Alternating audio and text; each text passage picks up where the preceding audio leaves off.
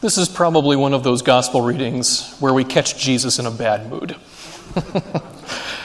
It just seems like every so often, Jesus says or does something that's almost out of character for him.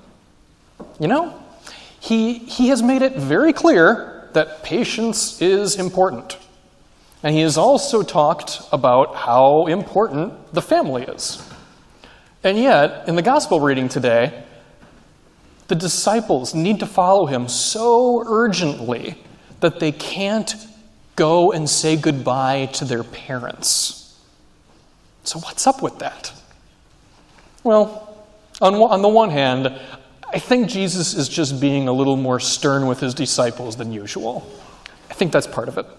But beyond that, Christ is making a point. He's making a point that is easily understood, not easily accepted. He's talking about living life in preparation for heaven. So, pop quiz. In which direction is heaven? Is it east?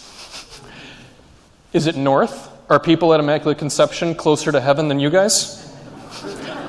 I'm the new guy, 50-50 chance. And we all know that heaven's not literally up, right? Right? And that hesitation concerns me there. But, you know, there is one direction that consistently points to heaven.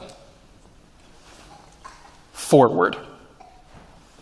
Which direction is heaven? It is forward from wherever you happen to be at that moment. Forward in time and forward in progress. So wherever you are in life, heaven is at least a little bit farther down the road. It is something to work for. It is something to steadily strive toward. So if you're breathing, you're not in heaven yet. Okay? If you are alive, well, then your journey isn't complete. So wherever you are, you haven't quite gotten to heaven yet.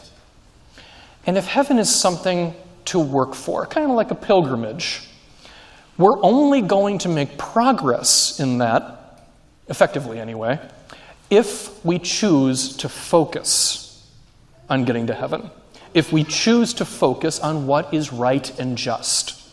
And choosing to live life in preparation for heaven means to be paying attention to our thoughts, our words, and our deeds.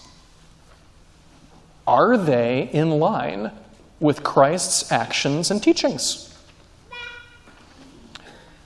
Some of you may understand that is very difficult to accomplish when you are trapped within regret and fixated on the past.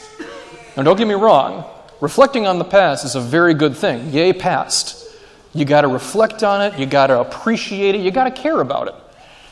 But when the past swallows you up whole, when there's nothing left for the present or the future, at that point, heaven might as well be 1,000,000 miles away in the opposite direction. That is really what Jesus is trying to talk about today. He's sternly teaching his disciples that if they're going to make progress in their life of faith, they can't be shackled to what has come before. He says it kind of harshly today, but it is a very important truth. Do you remember his last line in the gospel? To paraphrase, he says, "No one gets to heaven by pushing a plow and looking back at what has been." So, in the words of suburban homeowner Jesus, no man can cut his front yard by getting on his mower and looking past his shoulder. Because if you mow your lawn looking over your shoulder the entire time, at best, it's going to be sloppy, patchy work. At worst, you're going to mow right over your flower bed. And everyone that nervously chuckled just now has totally done that at some point. I just know it. And the missus will not be happy when you do that. Heaven is where God wants us to end up. And we're only going to get there if we focus on the direction we're headed. So we should be asking ourselves, like the disciples, what should I be doing next in my life of faith? What should I be doing next for Christ? So on that note, what should we do next together as a community of faith? Because, frankly, this is a first impressions situation, and it would be a shame to let it go to waste. So once again, what are we supposed to do now that Father Enrique is gone? Well, for starters, do not be afraid to reach out to him by phone or by email. Trust me, that does not count as looking over your shoulder. And you can trust me on this. He will be overjoyed to hear from any of you with a life and family update from West Bend. Father Enrique can still be a part of your life. It'll take a little more effort now. I'm not Father Enrique. I'm also not Father Nathan. Every priest has their own strengths, their own weaknesses. Every one of us contributes to our community in a slightly different way. So you may take this as a bit of advertisement if you like, but let this be said.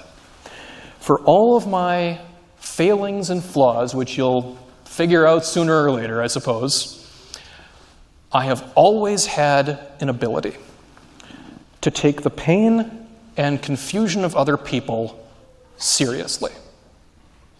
So, if something is bothering you in here, if people are dismissing your struggles as if it's just in your head, if you have a problem that just no one else seems to be able to take seriously, and if all doors are closed to you, I hope that you'll consider knocking on my door. It just might be that way forward for both of us.